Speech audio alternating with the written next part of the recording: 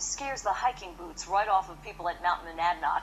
And Bigfoot joins us this morning. He's also known as Jonathan Doyle. Good morning, Jonathan. Good morning. But I don't scare them. That's the whole thing. You know, you guys got to stop saying that. All right, fair enough, fair enough. I understand that you are an amateur filmmaker and that you have been doing this for a while. Tell us what exactly it is that you do. What do I do? Well, I participate in making art a lot. I do many things: animation, painting, sculpture, video, performance. I make websites for money. Well, there's a long list, but specifically I'm interested in where the Bigfoot costume came to pass and where exactly you get one. Oh, okay. Well, if you want to get that specific suit, you're going to have to go to iParty. Okay. They've got them. Good to know. It's the only one. And now, where did you come up with the idea for this particular work of art, as you call it, you know, to dress up and go to Mount Monadnock? What was the project that you were working on? Well, really, it was just spontaneous.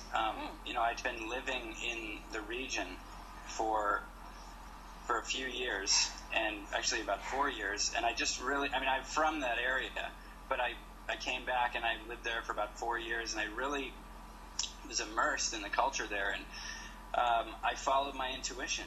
You know, I had this sense that this would be a breakthrough thing, that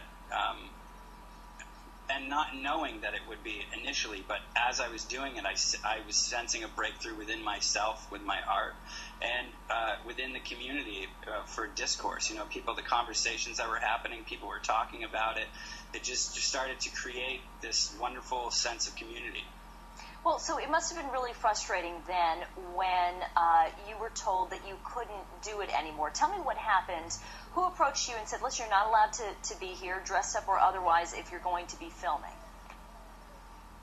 The director of the park. He just came, you know, we made it halfway up the mountain without being detected. And by the time we got to the halfway house point, which is this sort of flat plateau, to the man who had a close encounter with something rumored to have a Bigfoot. 5-hour energy. About 1 o'clock yesterday morning, Steve Krieger was out here doing his job. He contracts with the DNR to remove dead deer from the roadsides. He had just put a carcass in the back of his truck and climbed into his cab when this happened. I felt the truck shake. I looked in the rearview mirror and I saw it was a large black figure, furry figure, reaching into the back of the truck. At that point in time, I just threw the truck into drive, gunned it to get out of there because it scared the dickens out of me. Krieger told me he was reluctant to report his sighting at first because he knows it sounds unbelievable, but he wanted police and the public to know that there's something out here that could be dangerous. At nearby Cabela's Outfitters, hunters are skeptical. I think at 1 o'clock in the morning, if he was out on the road by himself, but the only thing that matches that description would be a bear or a gorilla, and we don't have gorillas around here, so.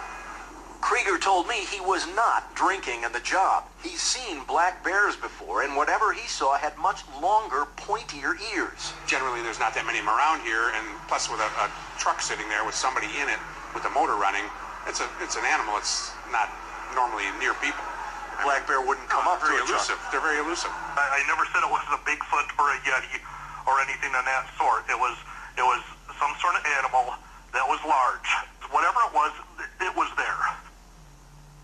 I'm not going to look for it. Stay with us. We'll be right back.